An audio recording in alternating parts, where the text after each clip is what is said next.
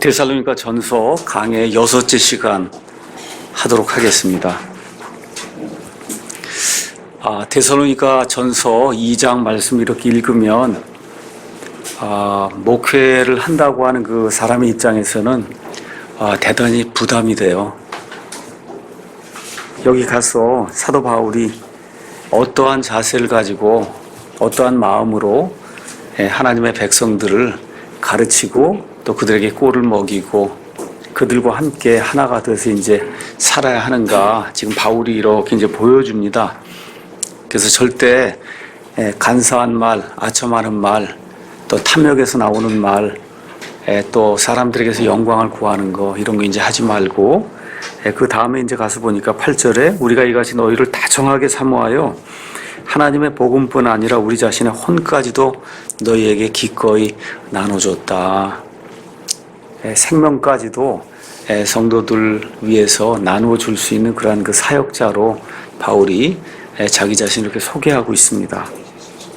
또 그 다음에 거기 가서 보니까 아버지가 자기 자녀들에게 하듯 권면하고 또 위로하고 또 자녀들이 잘못 나갈 때 아버지가 책망하기도 하고 명하기도 하고 이런 일들, 그러니까 목회자의 다양한 이와 같은 그 목회 사역 속에서 드러나는 그 역할 아니면 태도, 이런 자세, 이런 것들을 이제 자세하게 이 자리에서 이제 말씀을 해주고 있어요.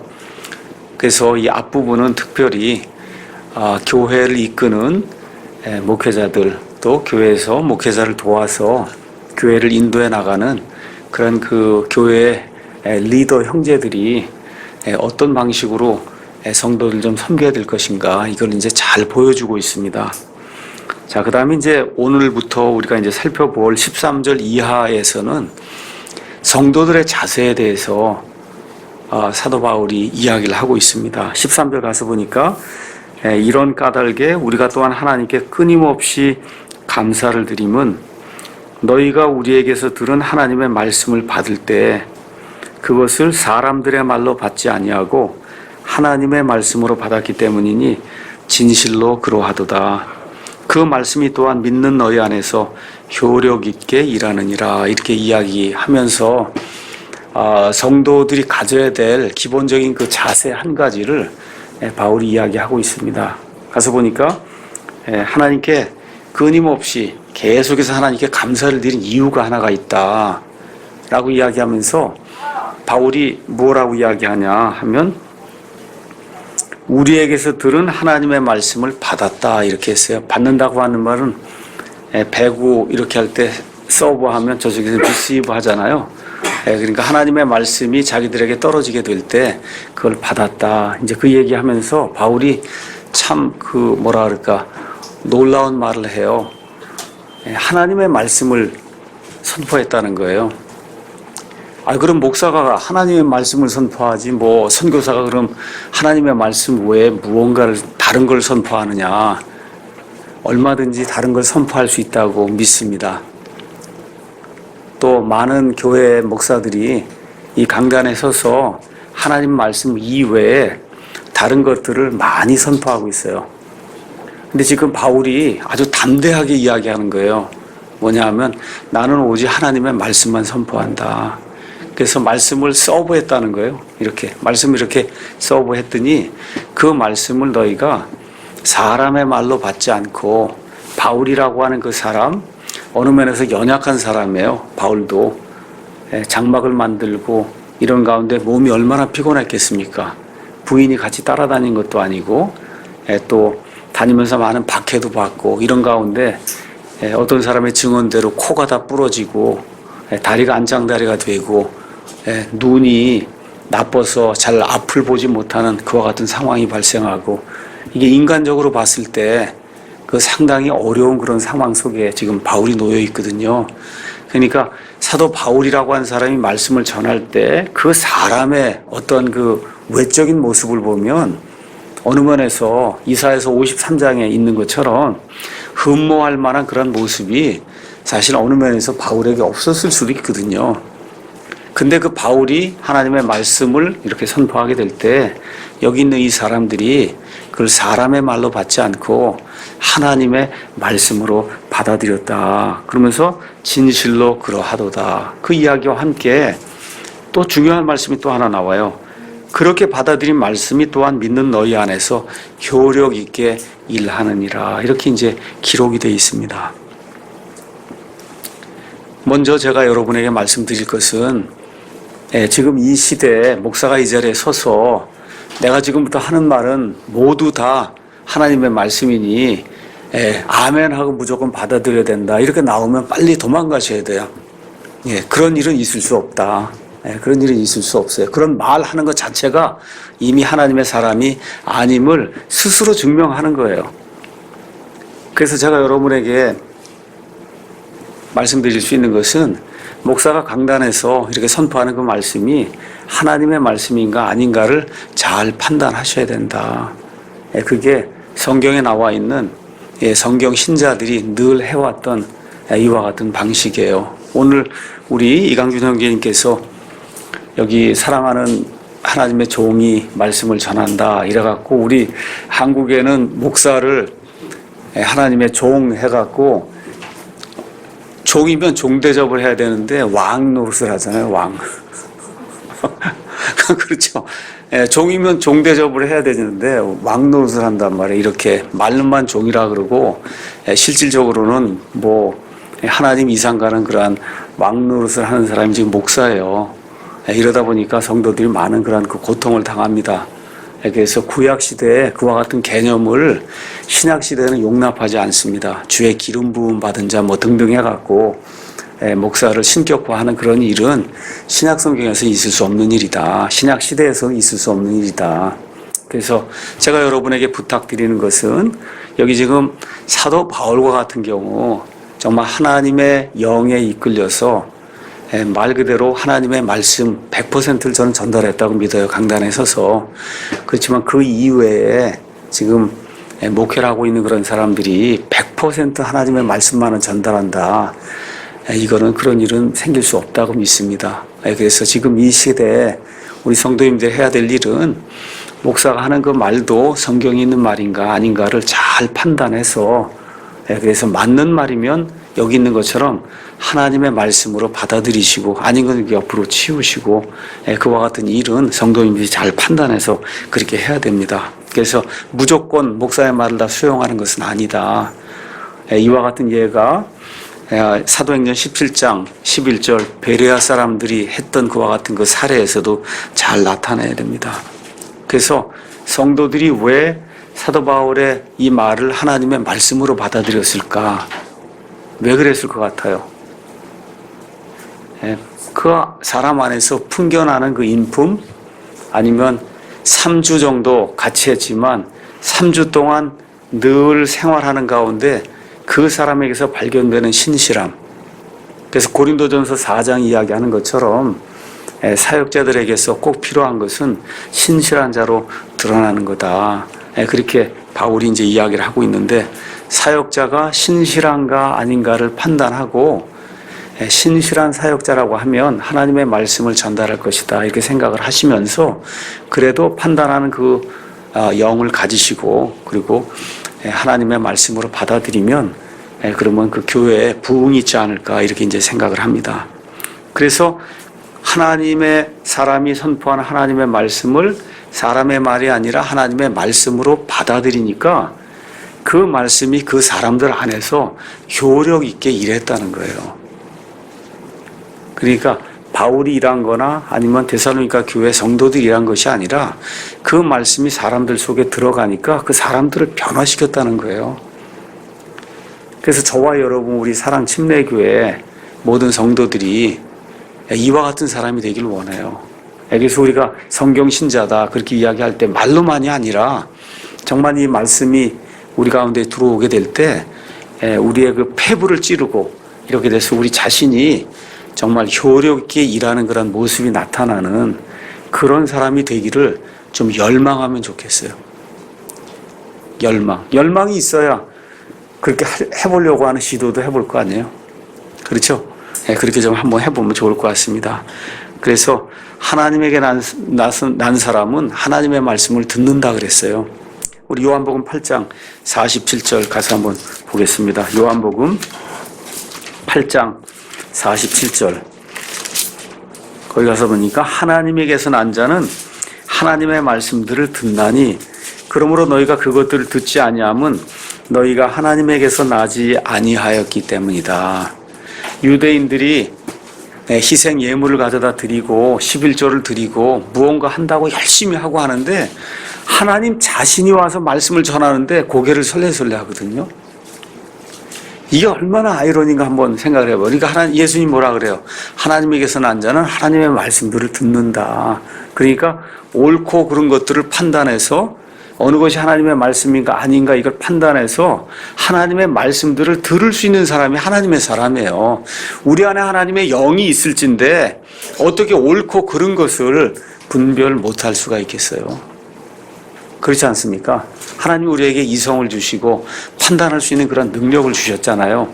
또 그렇게 할 수 있도록 여기 성경 말씀을 우리에게 주셨잖아요. 그러니까 저와 여러분이 이 우리 안에 계신 성령님의 인도를 받아 하나님의 말씀들을 제대로 읽게 될 때 정말 이 시대에 방언이니 뭐 뒤로 쓰러지는 거니 이런 일들이 과연 이 시대에 있어야 되는 거 이런 게 그냥 자연히 판단이 되는 거예요.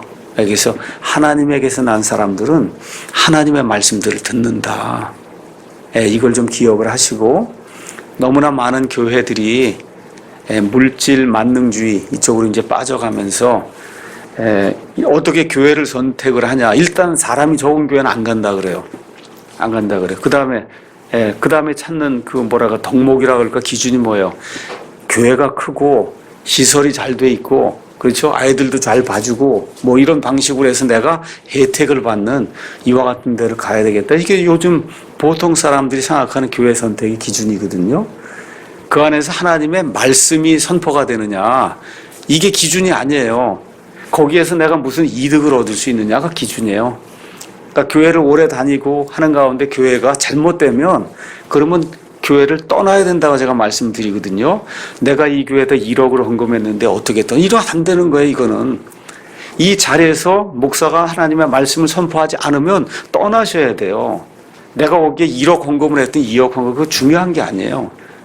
그걸 할 수 있는 사람이 진정으로 하나님의 영이 있는 사람이에요. 용기 있게 아닌 걸 아니라고 이야기하고 박차고 나가서 하나님의 일을 하려고 하는 그런 사람들에 의해서 하나님의 일이 지금까지 이루어져 왔습니다. 너무나 많은 교회와 또 신학교와 목사와 그 다음에 성도들이 하나님의 말씀을 하나님의 말씀이 아니라 사람들의 말로 받아들이고 있어요. 시편 12편 가서 보니까 주의 말씀들은 순수한 말씀들이니 흑도가니에서 정자하여 재련하여 7번 순수하게 만든 은 같도다. 오 주여 주께서 그것들을 지키시며 주께서 이 세대로부터 그것들을 영원히 보존하시리이다. 마태복음 24장 35절에 하늘과 땅은 없어지겠으나 내 말들은 사라지지 않겠다. 없어지지 않겠다. 예수님 말씀을 주셨으니까 말씀의 보존을 우리가 믿어야 되잖아요. 그렇잖아요. 하나님 지금까지 처음에도 기적을 통해서 완벽하게 말씀을 주시고 그 주신 이후에도 시간이 지나는 가운데 사람의 연약함에도 불구하고 하나님이 그 말씀들을 보존해 주실 수 있다. 그래서 지금 이 시대에 저와 여러분의 손 안에 하나님이 보존해 주신 완전한 말씀이 있다는 그 믿음, 이러한 믿음을 믿어야 되는데 받아들여야 되는데 받아들이질 않습니다. 성경 가서 보시면 오직 믿음으로만 구원받는다.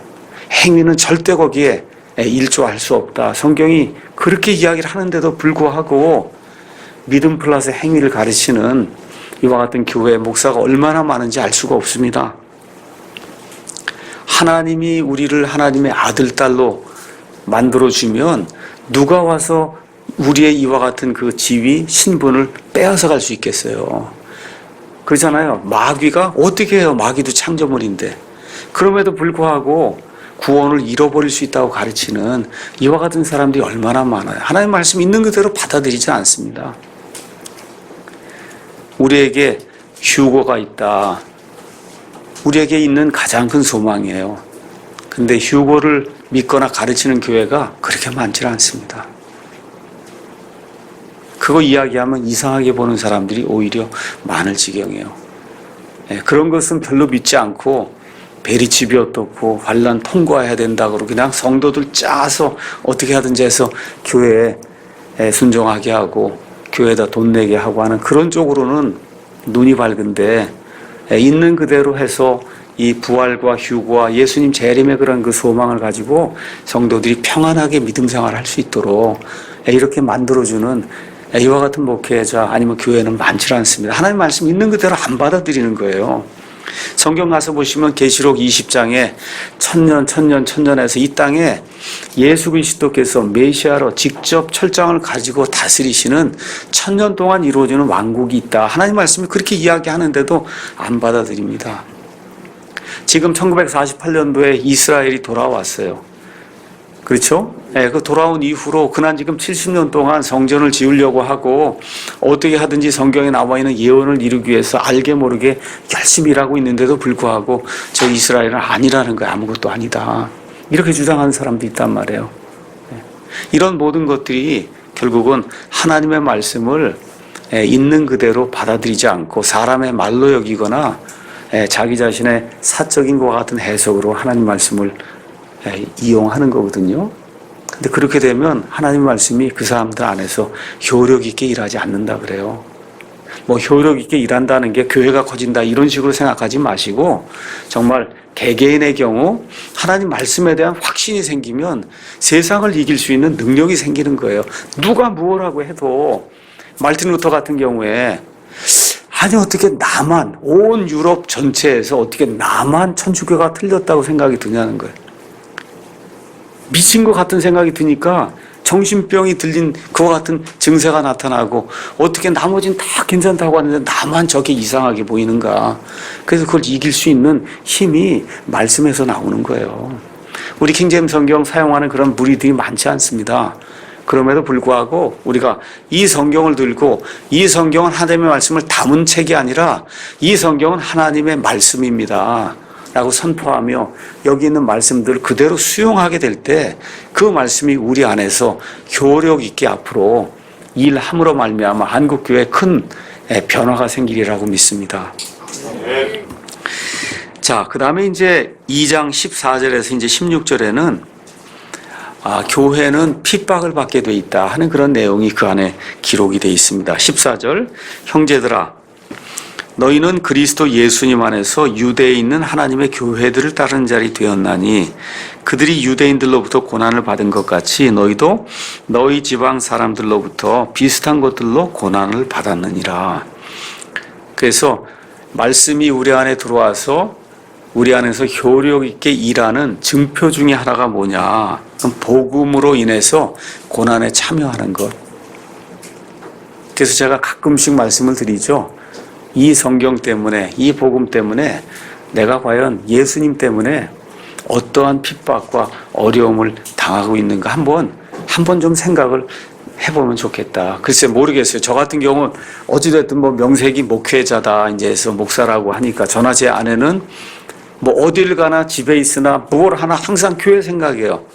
이걸 어떻게 해야 될 것인가, 누구에게 무슨 일이 있다 하는데 어떻게 해야 될 것인가. 하여튼 이게 뭐 모르겠어요. 목회를 하는 동안은 이게 쫓아다니는 것 같아요. 여러분도 그러한 어떤 압박 아니면 부담을 조금은 느끼셔야 되는 거예요. 조금은 느끼셔야 된다. 우리 특히 교회 지도자들이라면 교회 딱 떠나면 다 잊어버리고 자기를 하고 여기 교회 오면 또 생각하고 이게 그 정도 아니라 교회 지도자들 또 우리 금요 모임 정도에 오는 그와 같은 수준의 우리 성도라고 할 때는 그와 같은 짐을 좀 지셔야 돼요. 또 질 수밖에 없어요. 사실은 그렇거든요. 하나님의 영께서 관심이 있으니까 여기 오게 하시고 이렇게 하는데 그런 짐을 어떻게 안 질 수 있어요. 그렇게 다 하나님이 우리를 위해서 주시는 핍박이다, 박해다 이렇게 이제 생각을 하시고 져야 된다. 유대에 있는 하나님의 교회들을 따르는 자들이 됐다라고 이야기하면서 처음에 예수 그리스도의 그 십자가 사건 이후에 베드로와 야고보와 이런 이 사도들을 중심으로 해서 유대의 교회가 생겨났어요. 하루에 3,000명이 구원받습니다. 하루에 5,000명이 구원받습니다. 이렇게 하다 보니까 이 예루살렘에 10,000명, 20,000명 이런 교회가 생겨났어요. 그렇죠? 또 예루살렘 속해 있던 이 유대라고 하는 그런 지방에도 많은 그러한 유대인 가운데 그리스도인으로 바뀐 그와 같은 성도들이 많이 생겼어요. 근데 옆에 있는 그 정통파 유대인들이 그냥 안 두죠. 그렇죠? 저 이단들을 어떻게 색출해서 죽여야 되겠다. 종교는 사람을 죽여요. 죽입니다. 자기하고 다르면 죽이는 거예요. 유대교가 그렇게 했고 이슬람교가 그렇게 하고 있고 지금도 천주교가 그렇게 해왔고 그래서 종교는 사람을 죽입니다. 그래서 너무나 많은 사람들이 여기 유대에 있는 성도들이 주변에 있는 같은 동족 유대인들로부터 핍박을 받는 그와 같은 일이 이제 그 안에 기록이 돼 있어요. 그래서 유대인들이 두 가지를 했습니다. 자기들이 살고 있던 가나안 땅이 팔레스타인에서는 직접 핍박을 하고, 그렇죠? 그 다음에 이 가나안 땅 밖에는 사람을 또 보내갖고 또 거기 사는 유대인들을 선동해서 그래서 이 교회를 핍박을 했어요. 거기에 대표적인 사람이 사도 바울이잖아요. 그렇잖아요. 사람을 잡아 죽이고 예수님 믿는 사람을 잡아 죽이고 자기가 사는 그 유대 이 지방 여기서 하는 것만으로 부족하다고 느껴서 다른 나라잖아. 시리아는 다른 나라 수도에까지 가서 예수님 믿는 사람들 잡아오려고 했으니 그 사도행전 9장인가 나오는 거 살기가 등등했다 그랬어요. 살기가 등등했다. 이게 얼마나 무서운 표현이에요. 살기가 등등했다. 예수님을 믿거나 하나님을 믿는 사람들의 눈에서 독사처럼 이렇게 해갖고 살기가 등등한 그런 빛이 나오면 이거 좀 조심해야 되는 거 아닙니까?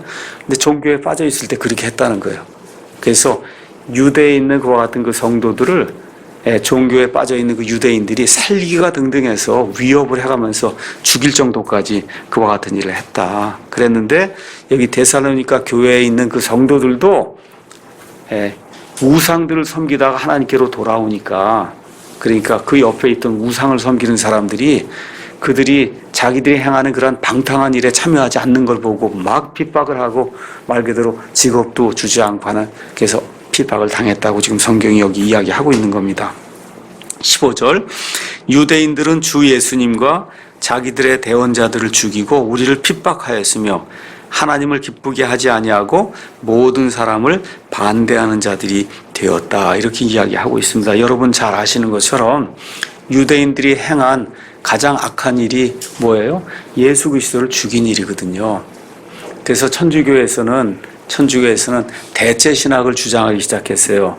유대인들이 예수님을 죽인 그런 자들이다. 그래서 크라이스트 킬러 이렇게 이야기하면서 그래서 이들에게는 하나님이 은혜를 베푸실 수 없다. 이렇게 이제 주장을 하면서 유대인들을 엄청나게 핍박했습니다. 이 중세 암흑 시대 때. 근데 어쨌든 이 유대인들이 예수님도 핍박하고 또 예수님 말씀을 통해서도 알 수 있고 또 저와 여러분이 구약 성경을 통해서도 알 수 있듯이 하나님이 계속해서 예레미야 대언자의 표현을 따르면 아침 일찍부터 일어나서 보내고 자신의 대언자들을 보내는데 듣지 않는다는 거예요. 듣지 않는다는 것까지 괜찮아요. 어떻게 해요? 핍박하고 죽이기까지 했다라고 이야기하면서 예수님께서 성경에 나와 있는 첫째 대언자 아벨로부터 제단 옆에서 죽임을 당한 사가랴에 이르기까지 대언자들을 보내는 너희가 핍박하지 아니한 대언자가 누가 있느냐 그렇게 이야기를 해요. 그러니까 유대인들이 그냥 처음부터 끝까지 대언자들 하나님의 말씀들을 전달해주는 그와 같은 사람들을 핍박하고 죽이는 그와 같은 일을 했다 그렇게 이야기합니다. 그러면서 여기 가서 보니까 우리를 핍박했다 하는 얘기가 나오거든요. 유대인들이 우리를 핍박했다. 사도 바울 엄청나게 핍박을 했죠. 그래서 여기 사도행전 가서 보시면은 바울이 사도행전 16장에 이고니움에 갑니다. 바울은 항상 선교여행을 떠나면 어느 도시에 들어가면 어디 먼저 가요? 유대인들의 회당에 먼저 가잖아요. 그렇죠? 그 유대인들의 회당에 들어가서 말씀을 선포하는데 안 듣습니다. 안 들어요. 그 다음에 더베와 루스라 거기 갔다가 돌에 맞아 거의 죽었다가 살아나는 그런 일이 유대인들로 인해서 발생하게 됩니다. 빌립보에 들어갔다가 데살로니가 가서 하나님 말씀을 전달했더니 이 데살로니가에 있던 유대인들이 봉기를 이렇게 봉기해갖고 이 사도 바울을 내쫓고 우리 바울이 베레아로 도망갔잖아요. 베레아로 도망갔는데 베레아까지 쫓아와서 데살로니가 유대인들이 그렇잖아요. 어찌나 지독하게 하는지. 그래서 할 수 없이 베레아를 떠나서 아테네로 물러갈 수밖에 없는 그와 같은 그 상황이 생겼거든요. 그러니까 이 종교인들이 엄청나게 무서운 거다. 우리 한국에 지금 이슬람이 굉장히 많이 늘어나고 있어요. 이슬람은 하나 들어와서 결혼하면 10명을 낳잖아요. 인구로 다 해서 제압을 하는 거예요. 예. 그렇게 하고 한국에 있는 뭐 가난한 사람들 이런 사람들 유학시켜준다고 해서 다 아랍권으로 무료 유학시킵니다. 다 그래서 완전히 친아랍 이와 같은 그 뭐 교수라든지 영향력을 미치는 그런 사람들을 만들어서 다시 땅에 보내놓으면 계속해서 이슬람 세력이 커는 거예요. 그래서 제가 이번에 이제 하와이 다녀왔지만 이제 하와이에 가면은 뭐가 있냐면 몰몬 대학교가 있어요.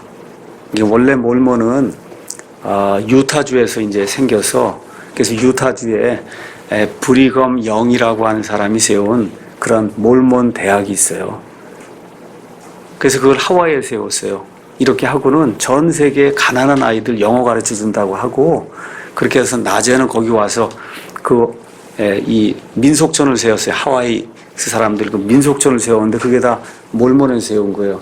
낮에는 가서 거기 가면은 전 세계 다양한 민족들이 오잖아요. 그러니까 그 아이들 써서 자기 민족 사람들 가서 말하고 이렇게 설명해주고 하는 그런 일을 하고 밤에는 공부시켜준다 그러고 이렇게 해갖고 아이들을 다 4년이고 5년이고 데리고 있으면 그냥 자연히 몰몬이 되는 거예요. 우리나라에도 그런 사람이 많아요.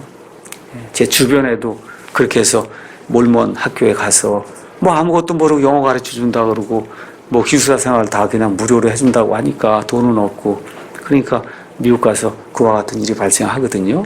그래서 이 종교는 대단히 무서운 거다. 사람을 죽이는 데까지 거기까지 이제 발전하는 거다 이런 거 생각을 하면서 우리가 우리 신앙의 선조들이 했던 그 일 중에 하나가 뭐냐 아무리 세상에 핍박이 있거나 또 우리가 세력을 잡았어도 절대 사람을 죽이지 않는다는 거예요. 뭐예요? 영혼의 자유를 하나님이 허락해 주셨기 때문에 칼을 가지고 사람을 믿음을 이걸 가져라 저걸 가져라 하는 것은 그건 하나님의 방법이 아니다. 하나님 방법이 아니다. 자, 그래서 이렇게 했는데 유대인들 생각에는 뭘 한 거예요? 하나님을 기쁘게 하는 걸로 하고 생각을 하고 그 일들을 한 거거든요. 우리 예수님의 말씀 한번 가서 요한복음 17장에 있는 말씀 가서 잠깐 볼까요? 요한복음 17장에 16장에 있네. 16장 2절 가서 보니까 그들이 너희를 회당들에서 내쫓을 것이요 참으로 때가 이르면 너희를 죽이는 자마다 자기가 하나님을 섬긴다고 생각하리라. 뭐 과거의 천주교회 또 과거에 이 요한 칼빈이라는 사람이 세운 이 제네바에서의 그와 같은 그 장로교 통치 이 사람을 많이 죽였단 말이에요. 다 어떻게 하나님을 섬긴다 그러고 죽인 거예요. 다 이런 일들이 생긴다고 예수님 말씀해 주세요. 그래서 이거를 로마서 10장에서 사도 바울은 이렇게 이제 표현을 했습니다. 로마서 10장에 2절에 내가 그들에 대해 증언하노니 그들이 하나님께 대한 열심은 있으나 지식에 따른 것이 아니니라. 너무 아무것도 모르고 열심 있게 일만 한다는 거예요. 그들이 하나님의 의의를 알지 못하여 자기 자신의 의의를 세우려고 다니면서 하나님의 의의에 복종하지 아니하였느니라. 엄청나게 큰 종교적인 업적을 세우고 했지만 그거의 대표적인 사례가 또 구원받기 전에 사도 바울이잖아요. 그렇죠? 근데 바울이 예수 그리스도를 알고 나서 그분의 뛰어나심을 자기 스스로 깨달은 이후에는 과거에 자기가 누렸던 모든 업적, 유대교 안에서의 모든 지위를 다 배설물로 여긴다. 이와 같이 고백하지 않습니까? 그래서 이런 것도 이제 우리가 성경을 통해서 이제 보게 됩니다. 자, 그래서 또 여기 가서 보니까 유대인들이 모든 사람을 반대했다. 참 이상하게 유대인들에게 하나님께서 이 천재성을 부여했어요. 그 천재성을 부여한 가장 큰 이유는 뭐냐? 로마서 3장에 가서 보시면 유대인들의 장점이 뭐냐? 그 쭉 얘기하면서 첫째 장점이 뭐예요? 그들에게 하나님의 말씀들이 맡겨졌다는 거예요. 그러니까 구약 성경을 보존하고 구약 성경을 해서 한 글자 한 점이라도 실수가 생기지 않도록 그걸 하려니까 유대인들은 점 개수까지 해갖고 다 세서 신명기에는 점의 개수가 몇 개고 이 글자가 몇 개 이걸 다 외웠단 말이에요. 이런 방식으로 하려니까 머리가 좋아야 되지 않아요. 그렇죠? 그러면 그렇게 머리가 좋으면 꼭 뭐 성경 쪽으로만 머리가 안 좋을 수도 좋겠어요? 바이올린도 잘하고, 그렇죠. 뭐 다른 것도 잘하고, 이렇게 하다 보니까 모든 사람들의 질투의 대상이 된 거예요. 지금 노벨상 받는 사람 지금까지 많이 있지만 아마 모르긴 해도 반 이상이 유대인일 거예요. 그렇잖아요. 음악하는 사람, 뭐 건축하는 사람, 뭐 할 거 없이. 이런 가운데 이 자부심이 커지게 되니까 모든 사람을 반대하는 자들이 됐다. 그래서 과거로부터 유대인들을 잡아 죽이려고 하는 그와 같은 계획을 마귀가 세웠습니다. 그와 같은 거를 반셈족주의라 그래요. 반셈족주의, 엔타이 세미티즘, 그렇게 이야기를 합니다. 그러니까 그거를 초래한 사람도 일부분 책임도 유대인들에게 있어요. 그렇지만 그 배후에는 뭐가 있냐, 마귀가 있거든요. 왜 그러냐면 유대인들에게서 구원이 나고 메시아가 나기 때문에 악인학 초기부터 시작해서 유대인들을 잡아 죽이려고 하는 그런 시도가 있었고, 그 시도가 요 근래 최근에 가장 두드러지게 나타난 게 제2차 세계대전 때 독일의 나치가 600만 명의 이스라엘 백성을 이제 죽인 거. 그렇죠? 이게 엔타이 세미티즘, 반셈족주의. 여기에 이제 하나의 역사적인 그런 사실입니다. 그래서 유대인들이 모든 사람들 반대한 건 사실이에요. 그럼에도 불구하고 성경은 예루살렘을 사랑하고 유대인들을 사랑하라 그래요. 창세기 하나님이 아브라함을 12장에서 부르시면서 내가 너와 내 씨를 축복하는 자들에게 내가 축복하고 저주하는 자는 저주하겠다고 말씀해 주셨어요. 그래서 이스라엘 백성에게는 하나님의 축복과 저주가 따라다닙니다. 그래서 우리 믿는 사람들이 국가를 형성하고 이렇게 하는 가운데 항상 친이스라엘 정책을 펴야 돼요. 그게 우리가 살 수 있는 그런 유일한 방법이에요. 성경이 그렇게 이야기합니다. 저들을 도와주고 저들의 편에 서서 하나님의 뜻이 이루어지도록 기도하고 그렇게 하는 것이 저와 여러분이 하나님의 백성이라면 마땅히 해야 될 그런 일이다. 성경이 그렇게 이야기하고 있습니다. 그래서 성경에 나와 있는 많은 약속들, 그 다음에 언약들, 그 다음에 구약 성경의 모든 말씀이 다 유대인들에게 속해요. 예수님 자신이 유대인이에요. 예수님 자신이 신약 성경을 비롯해 성경의 대부분을 기록해서 우리에게 보존해서 남겨준 사람들이 유대인이에요. 그래서 유대인들을 우리가 사랑해야 된다. 자, 이 유대인들이 성도들을 핍박했던 이유를 몇 가지를 제가 여기에 적었습니다. 첫째는 하나님 아버지의 계획을 알지 못해서. 하나님 아버지의 계획을 알지 못해서. 둘째는 율법 아래 살았잖아요. 그렇죠? 그 율법이 예표라고 하는 그런 사실, 그거를 깨닫지 못하는 거예요. 하나님이 우리 민족에게만 다른 어떤 민족에게도 주지 않은 율법을 주셨다. 그 큰 자랑거리란 말이죠. 근데 그 자랑거리가 문제가 있어요. 율법은 뭐냐 하면 율법은 거울과 같은 거예요. 그 앞에 사람이 서면 너가 이거 죄가 있고 이거 죄가 있고 이거 죄가 있고 죄를 막 보여줘서 정죄하는 일을 하는 거예요. 다른 거 없어요. 그래서 사람을 죽이는 일을 하는 거다. 구약의 율법은. 근데 그걸 가지고 살려고 하니까 문제가 생기는 거죠. 그렇죠? 그래서 갈라디아에서 나와 있는 표현대로 따르면 율법은 우리를 그리스도께로 인도하는 훈육 선생이었다. 우리를 그리스도께로 인도해서 우리 사람의 힘으로는 이게 정말 될 수가 없는구나 하는 것을 깨닫게 하는 그 역할, 그게 율법의 역할인데, 율법을 가지고 살려고 하니까 뭐 613개 법을 만들어서 해야 될 거 안 해야 될 거 뭐 등등 해서 이만큼 하면 사는 것 같고 이만큼 안 사는, 이런 방식의 종교 시스템을 만들어 놓으니까 결국 스스로 파멸에 이를 수밖에 없는 그런 일이 이제 발생을 했다는 겁니다. 그 다음에 셋째는 자기 조상들을 따라서 조상들의 전통에 따라 했다는 거예요. 근데 하나님이 나중에 지옥에 들어가 있는 그들을 심판하실 때 가서 너희도 왜 그러냐? 우리 조상들이 그래서 그랬습니다. 이거 안 되는 일이에요. 저와 여러분도 마찬가지예요. 우리 아버지가 장로교인이고 우리 아버지가 해서 다 이걸 받았다. 이거 하나님 앞에 내놓을 수 없는 거잖아요. 그렇잖아요. 우리 아버지 어머니가 다 해서 개혁 성경을 쓰고 뭐 그랬다. 그거 모를 때는 우리가 그렇게 하는 거지만 지금 이 시대에 하나님께서 이와 같은 빛을 주시면 그런 그 빛에 순응을 해야지. 개혁 성경 99%가 사용하고 킹제임스 1%인데 제가 어떻게 따르겠습니까? 안 된다는 거예요. 그거는. 안 되죠. 그렇죠? 예. 심지어 내가 0.1%고 잘못된 걸 따르는 사람이 99.9래도 어떻게 0.1% 믿음을 가지고 이 확신을 가지고 따라가는 것이 그게 예수님이 원하는 겁니다. 그래서 조상들의 전통, 사람들이 만들어 놓은 전통, 이런 것에 의지해서 하나님을 섬긴다고 하면 그건 어리석은 사람이다. 그 어리석은 사람들의 대표적인 인물들이 유대인들이에요. 유대인들. 그렇죠? 그 다음에 아까 읽은 로마서 말씀에 따라 하나님의 의를 알지 못했다. 저와 여러분이 죄인이 됐어요. 그렇잖아요? 아담의 죄 때문에 죄인이 됐습니다. 그러니까 성경이 이야기하는 것은 하나님의 의를 입어야 하나님 앞에 설 수 있다는 거예요. 그렇잖아요? 그러니까 사도 바울이 예수 그리스도 안에서 발견된 그 믿음의 의, 이걸 알기 전에는 율법의 의로 되는 것처럼 다 지키는 걸 하려고 했단 말이죠. 근데 예수 그리스도 알고 났더니 그게 아닌 거예요.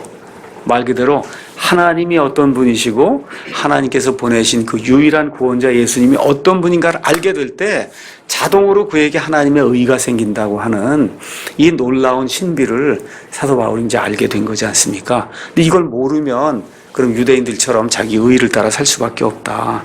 이렇게 되면서 이제 16절 가서 보니까 유대인들은 이방인들이 구원받도록 우리가 그들에게 말하는 것을 금하고, 그래서 가는 데마다 유대인들이 쫓아다니면서 바울이 선포하는 것을 하지 못하도록 방해를 했잖아요. 그렇죠? 항상 자기 죄들을 가득 채웠나니 이로써 진노가 극도로 그들에게 임하였느니라.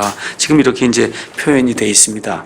사도 바울이 이 데살로니가 전서, 여기 앞에 가서 보시면 데살로니가 전서 기록 시기가 주후 53년경이다 이렇게 되어 있어요. 그렇죠? 자, 그러면 극도로 진노가 임한 일은 언제 생겼냐면 AD 70년에 생겼어요. 그렇죠?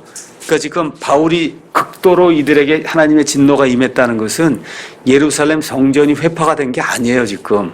그렇잖아요. 지금 아직 그 일이 생기지 않았다면 여전히 지금 성전이 있어요. 그럼에도 불구하고 극도로 그들에게 진노가 임했다. 뭘로 이해하셔야 돼요? 자기들에게 오시는 하나님 자신을 배척을 해버렸단 말이에요. 그렇죠? 예. 유일한 구원의 수단을 배척을 했으니까 이들에게 돌이킬 수 없는 하나님의 진노가 이미 이르렀다는 얘기를 하는 거고, 그 이루는 그 일이 결국 하나님께서 AD 30년에 예수님 이제 승천하시고 나서 40년간 다시 한번 이스라엘 백성에게 돌이킬 수 있는 기회를 주세요. 그렇죠? 근데 안 돌이키니까 결국은 AD 70년에 가서 완전히 예루살렘 성전을 회파해서 내가 더 이상 너희를 기뻐하지 않는다 하는 거를 하나님이 보여주신 거예요. 보여주신 거다. 자, 그래서 성전이 이제 결국은 AD 70년에 파괴가 되고 우리가 그때 이제 흩어져 나간 유대인들을 디아스포라다 이제 그렇게 이야기를 하고 있습니다. 자, 그래서 바울이 위로의 말씀을 주고 있죠. 유대 교회들이 그렇게 핍박을 받았음에도 불구하고 여전히 지금까지 남아있다. 근데 사실은 그 교회를 핍박하는 자들은 진노를 자기 자신에게 쌓아놓고 있는 거다. 이렇게 이야기하면서 이런 것들을 이제 보면서 교회는 당연히 주변으로부터 핍박을 받게 돼 있다는 거예요. 그러니까 핍박을 받는 사람들이 모이면 어떻게 돼? 위로를 받아야 되잖아요. 그러니까 우리 교회가, 지역교회가 그런 의미에서 꼭 필요하다는 거예요. 그런 의미에서 저와 여러분이 세상에서 손가락질 받고 어려움 당하고 하는데 이 교회에 왔을 때 말 그대로 같은 영이 들어있는 사람들끼리 여기 모이는 거 아닙니까? 그렇죠? 내 사정을 이야기해도 여기 이해하는 사람이 앉아 있잖아요. 그렇잖아요. 이해하는 사람이 앉아 있잖아요. 그 얼마나 위로가 돼요. 밖에 나가 남만 얘기해도 그 사람들하고는 이미 영이 틀려갖고 무슨 얘기를 해도 이해가 안 되는데, 그래서 지역교회의 필요가 여기 있는 거예요. 그래서 저희 교회가 제가 이제 목회를 하면서 이런저런 생각도 이제 많이 하는데, 우리 교회의 가장 큰 문제 중에 하나가 뭐냐 하면 많이 모이지 못하는 거예요. 멀리서 오기 때문에 많이 모이지 못해요. 또 제가 영혼의 자유를 많이 강조하고, 그 다음에 교회에 자꾸 모이는 이런 폐단이 한국교회에 있기 때문에 거의 뭐 일주일에 닷새씩 뭐 새벽 기도까지 하면 거의 7일을 교회에 모여야 되니까 이거는 신앙생활이 아니다. 그렇게 이제 생각이 들어서 가능한 한 교회는 적게 오고 밖에서 잘하는 게 그게 성도다. 이제 그걸 많이 강조하고 있습니다. 이렇게 하다 보니까 끈끈한 교제가 좀 안 되는 것 같아요. 우리 교회 특징인 것 같아요. 이렇게 하다 보니 이것 때문에 교제가 안 된다 그래서 나가시는 그런 분들도 있고, 뭐 그거 제가 어떻게 뭐 할 수가 없습니다. 그런데 제가 부탁 좀 드리고 싶은 것은 안 되니까 나가지 말고 본인이 하려고 좀 노력을 하셔야 된다. 본인이 하려고 노력을 해야지. 그게 전혀 없이 이 교회는 교제가 없다. 이건 곤란한 이야기거든요.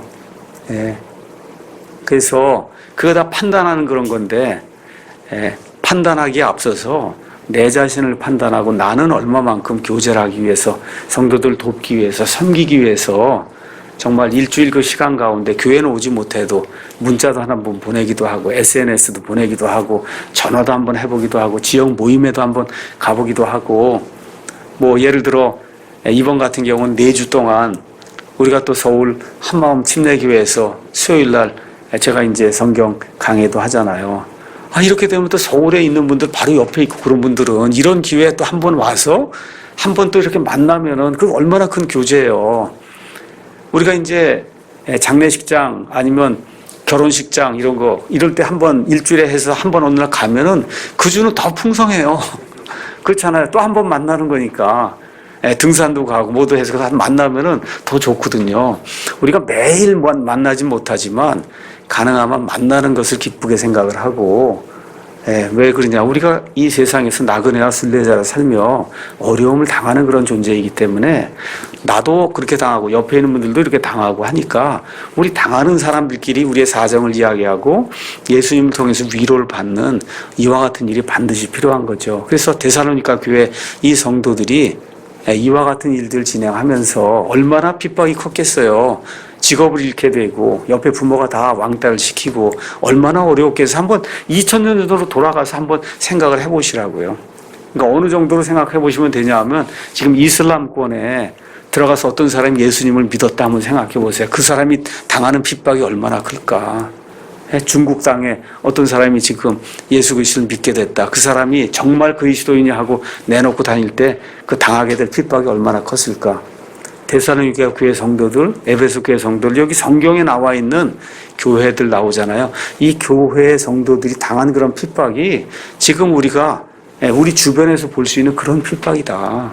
이렇게 생각을 하고 지역교회의 귀중함을 저와 여러분이 좀 이해를 하시고 옆에 있는 그 성도들과 좋은 관계를 좀 맺어야 되겠다. 이렇게 생각을 하면 좋을 것 같습니다.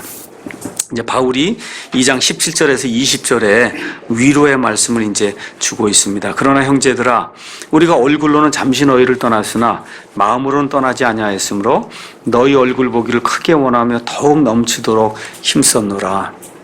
사도행전 17장 말씀 이제 나중에 계기가 되면 다시 한번 읽어보세요. 바울이 데살로니가에서 그냥 황급히 쫓겨나가서 베레아로 갔다가 또 거기서 쫓겨나서 지금 아테네로 가고 정말 말 그대로 황급한 것과 같은 이 상황 속에서 계속 피신해 다니는 거거든요.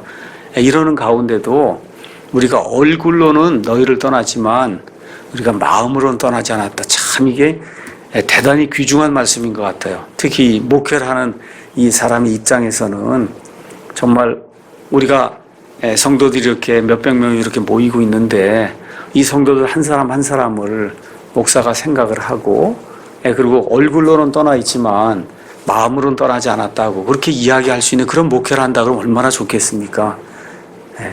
참 너무나 귀한 그런 말씀. 여기 가서 보면은 우리말로는 우리가 얼굴은 잠시 너희를 떠났다 해서 우리가 떠난 것으로 능동태로 이렇게 돼 있는데 여러분이 한번 가서 17절 가서 보면 But we brethren being taken from you 이렇게 돼 있어요.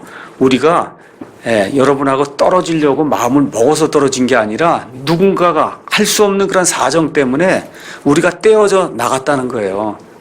바울의 그런 심정이 이렇게 이제 표현이 돼. 우리 말로는 이런 거 수동태로 표현할 수 없죠. 그러니까 어쩔 수 없이 우리가 너희를 떠났다 이렇게 돼 있지만 떠나지게 됐다는 거예요. 내가 떠나고 싶어서 떠난 게 아니라 어쩔 수 없는 사정에서 유대인들이 와서 막 죽이려고 이렇게 하니까 어쩔 수 없이 떠나게 됐는데 마음으로는 떠나지 않았다는 그런 것들이 이제 이 안에 표현이 되어 있습니다. 18절. 그러므로 우리가 너희에게 가고자 하였고 특히 나 바울은 한 번 그리고 또다시 가고자 하였으나 사탄이 우리를 막아도다. 이렇게 이제 이야기하고 있습니다. 그래서 목회자가 자기 교회를 생각하고 성도들 생각하고 어떻게 하면 그들과 같이 더 있으려고 이렇게 생각하는 그게 너무 중요한 그런 자세다. 근데 지금 가서 보니 좋은 일로 목회자가 성도들을 만나려고 하는데도 마귀가 낀다는 거예요. 그 안에. 사탄이 낀다. 이런 일들이 있는 걸 보면서 목회자도 마귀의 영향을 받는다 하는 거, 목회자의 일에도 마귀가 영향을 미친다고 하는 걸 저와 여러분이 기억하셔야 돼요. 심지어 고린도후서 12장 가서 보시면 사도 바울의 생명과 연관이 된 이 건강까지도 하나님이 허락하시게 될 때 사탄의 사자가 와서 그를 쳤잖아요. 그렇잖아요? 그러니까 그런 일이 생길 수 있는 거다. 그래서 우리 성도들이 교회 목회자들 위해서 열심히 기도하는 것, 그건 또 성도들의 큰 의무다. 사실 저는 여러분에게 이제 고백하거니와 여러분께서 기도해 주시고 이렇게 하는 덕에 사실 사는 거예요. 그래서 그렇게 생각을 하시고 저와 제 아내와 우리 아이들과 하는 그런 일들이 주님 안에서 형통하기 위해서는 목회자를 위해서, 목회자의 안녕과 평안을 위해서 그렇게 기도하시는 것은 성도들이 해야 될 것 같은 짐이다. 이렇게 이제 생각하시면 좋겠습니다. 19절. 우리의 소망이나 기쁨이나 환희의 관이 무엇이냐? 우리 예수 그리스도께서 오실 때 그분 앞에 있을 바로 너희가 아니냐? 참 이런 거 생각할 때 부끄러움이 많이 들죠. 예수님 오실 때 돈을 가지고 가겠어요? 금을 가지고 가겠어요? 그렇잖아요. 지금 목회자가 자기 심정을 이야기하는 거. 예수님 앞에 서 있는 너희, 그렇잖아요. 나랑 같이 밥 먹고 같이 교제하고 같이 울고 같이 장례식하고 같이 이렇게 하던 이 너희가 바로 내가 받게 될 환희, 이 기쁨의 왕관이다. 그렇게 이야기를 하고 있으니 이게 얼마나 귀한 거예요. 그렇지 않습니까? 이런 것들을 통해서 이 목회하는 사람들이 이 교회의 크기다 뭐 이게 중요한 게 아니라 여기 같이 우리 같이 한솥밥을 먹고 이렇게 동고동락하는 이 성도들을 귀중하게 그렇게 여기면 좋을 것 같습니다. 자, 바울의 소망은 다시 이제 이들을 다시 본다고 하는 그런 소망이에요. 그런데 지금의 너희일 수도 있고 지금은 육신적으로 여기 옆에 있으니까 바로 가고 싶어요. 보고 싶어요. 근데 바울은 궁극적으로 예수님 앞에 서게 될 너희를 내가 보고자 한다. 어느 면에서 부족한 저도 그래도 저의 말씀을 통해서 그래도 은혜를 받고 성경의 진리를 깨닫고 이렇게 됐다. 저는 이런 말은 해볼 수도 없고 상상도 못 해봅니다.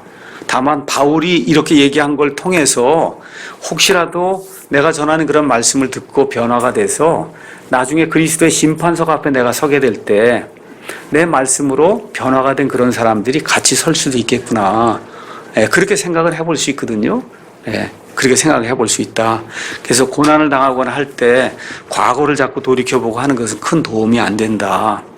특히 사도 바울과 같은 경우 앞으로 지금 나아가서 하나님의 높은 부르심의 상을 받기 위해서 표대를 향해 질주하며 나가는 그런 모습을 빌립보서 3장에서 우리에게 이제 보여주고 있습니다. 그래서 저와 여러분이 과거에 뭐 어땠다 하는 거 여기서 좀 벗어나서 지금 이 시간, 그 다음에 나중에 예수 그리스도께서 강림하실 때 우리가 어떤 모습으로 설 것인가 이렇게 생각을 해보면 좋을 것 같습니다. 그래서 바울을 비롯해서 모든 성도들이 다 고난을 당했지만 결국 예수님 앞에 서게 될 때 보상을 받을 것을 기대를 하고 그리고 자기의 목숨을 다해서 예수님을 이제 사랑했던 것 저와 여러분이 기억할 겁니다. 20절 그러면서 너희는 우리의 영광이요 기쁨이니라 그렇게 이야기하고 있어요. 이 표현은 사도 바울의 그 서신에서 여러 차례 이야기해요.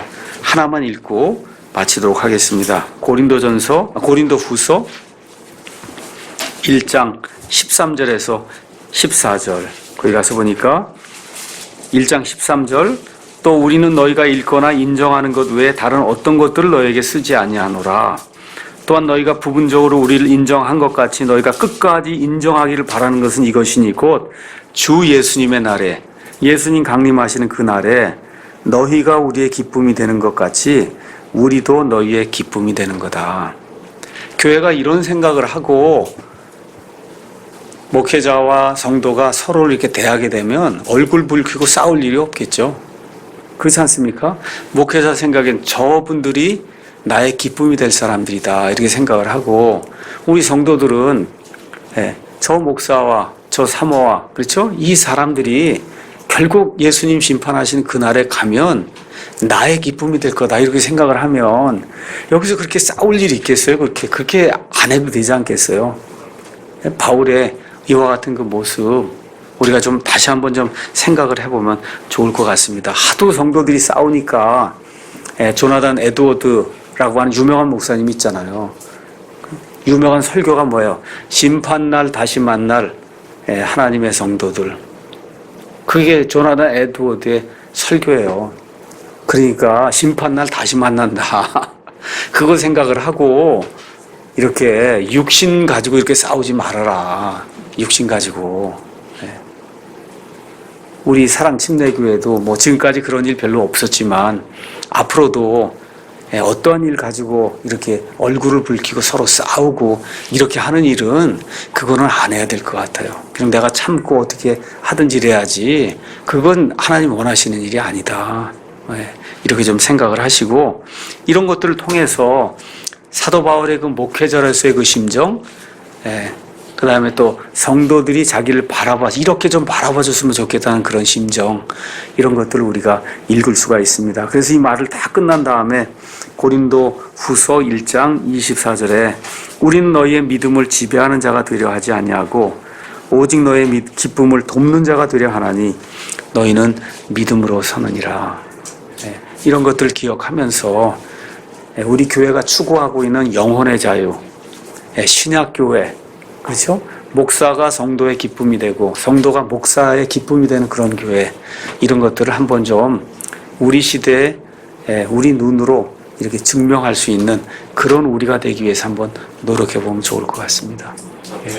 여기까지 하겠습니다.